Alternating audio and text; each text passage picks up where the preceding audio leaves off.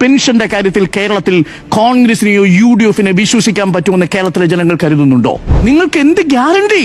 Proved അല്ലേ നിങ്ങൾ കൊടുത്തിട്ടില്ല എന്നുള്ളത്? അതൊന്ന്. Welfare pensions increased to 3000 rupees a month.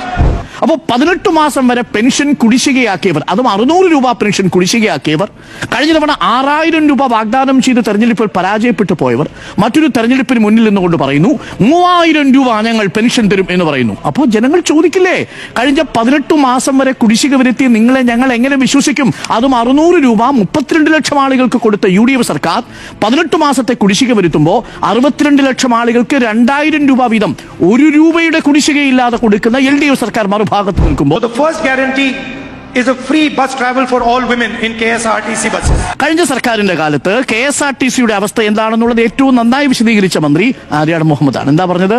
KSRTC പൂട്ടുന്ന വക്കിലാണ്, നഷ്ടത്തിലാണെന്ന് പറഞ്ഞു.